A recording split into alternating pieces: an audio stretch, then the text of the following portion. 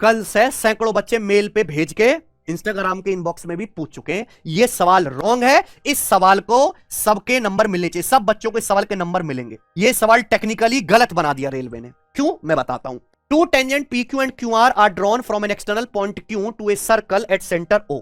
मान लीजिए ये एक सर्कल है और इस सर्कल का सेंटर ओ है। अब दो टेंजेंट पी क्यू और क्यू आर खींची जाती हैं एक एक्सटर्नल पॉइंट क्यू से। अब दो टेंजेंट खींची जाती हैं, ये दो टेंजेंट पी क्यू और क्यू आर खींची जाती हैं, P Q and Q are. अब दो स्पर्शरेखा खींच रहे हैं पी क्यू और Q R, point Q common है, क्यू से खींच रही होंगी, यानी कि एक टेंजेंट ये होगी पी क्यू और दूसरी क्या होगी ये क्यू आर। दोनों बिंदु क्यू से खींची जाएंगी। आप बोलोगे हाँ जी सर कह रहे हैं, ठीक है। सेंटर ओ है, ओ क्यू बराबर 41। ओ क्यू मतलब यहां सेंटर से पॉइंट क्यू तक की दूरी है। ओ क्यू बराबर आपका 41 सेंटीमीटर है, ठीक है। Angle P Q R 60 degree. Angle P Q R यानी कि ये वाला जो एंगल है कितने डिग्री का बच्चे, 60 डिग्री का। Radius of circle is 9। Circle की रेडियस 9 है। Find the perimeter of triangle P R Q. P R Q का परिमाप बताना। एक बार बताओ, ये टेंजेंट और रेडियस के बीच में सचिन कितने का एंगल बनेगा, 90 डिग्री का एंगल बनेगा।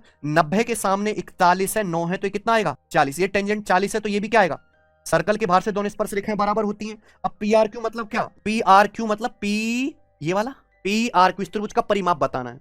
अब एग्जामिनर ने क्या कहा कि भाई ये दोनों भुजाएं हैं 40 40 यानी कि बराबर। अब ये एंगल है क्या 60 डिग्री, तो बाकी दोनों एंगल भी बराबर होने चाहिए 60 60 डिग्री के। ये कैसा बन गया है, समबाहु त्रिभुज, इक्विलेटरल ट्रायंगल बन गया। ये एंगल 60 डिग्री है, ये दोनों भुजाएं 40 40 बराबर है, बाकी दोनों एंगल भी 60 60 डिग्री कर दो तो तीसरी भुजा भी क्या आ जाएगी 40। तो इसका परिमाप आ गया 40 40 40 का 3 गुना यानी कि 140 से 120, जो टेक्निकली गलत है। टेक्निकली गलत है क्योंकि ये एंगल 60 डिग्री हो ही नहीं सकता। ये एंगल 60 डिग्री पॉसिबल ही नहीं। उसने गलती क्या करी है कि ये एंगल उसने गलत दे दिया। इस एंगल को देने की जरूरत नहीं क्योंकि मैथमेटिकली ये एंगल 60 डिग्री है ही नहीं। अभी 60 डिग्री होने का मतलब क्या है, 60 डिग्री होने का मतलब है कि ये एंगल कितना होना चाहिए 30 डिग्री।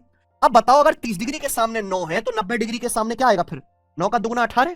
क्या ऐसा है, नहीं। तो ये एंगल टेक्निकली 60 डिग्री है ही नहीं, ये उसने गलत दिया। इस सवाल को बिना एंगल के सॉल्व किया जा सकता है। पेरीमीटर निकालना था ना त्रिभुज का। आप बताओ, मान लीजिए कि यहां पे काट रहा है पॉइंट एस पर, ये कितने डिग्री का एंगल होगा, और जिस जैसा ऊपर वैसा ही नीचे। तो अगर मैं केवल ये लेंथ निकाल लूं, ये वाली लेंथ, तो क्वेश्चन सॉल्व हो जाएगा कि नहीं, बताओ।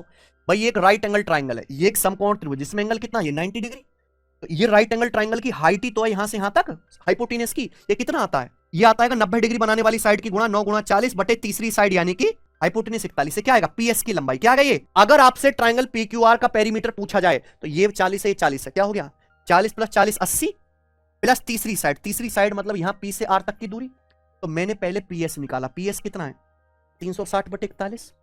300 इसका पीएस का ही डबल है क्या पीआर, यानी कि 360 का डबल 720 बटे 41। ये एक्चुअल लंबाई है पीआर की, ये एक्चुअल लंबाई है। और ये आता प्यारे बच्चों क्या, त्रिभुज का पेरीमीटर। ये आंसर था। तीसरे भाग का अनुपात ज्ञात कीजिए।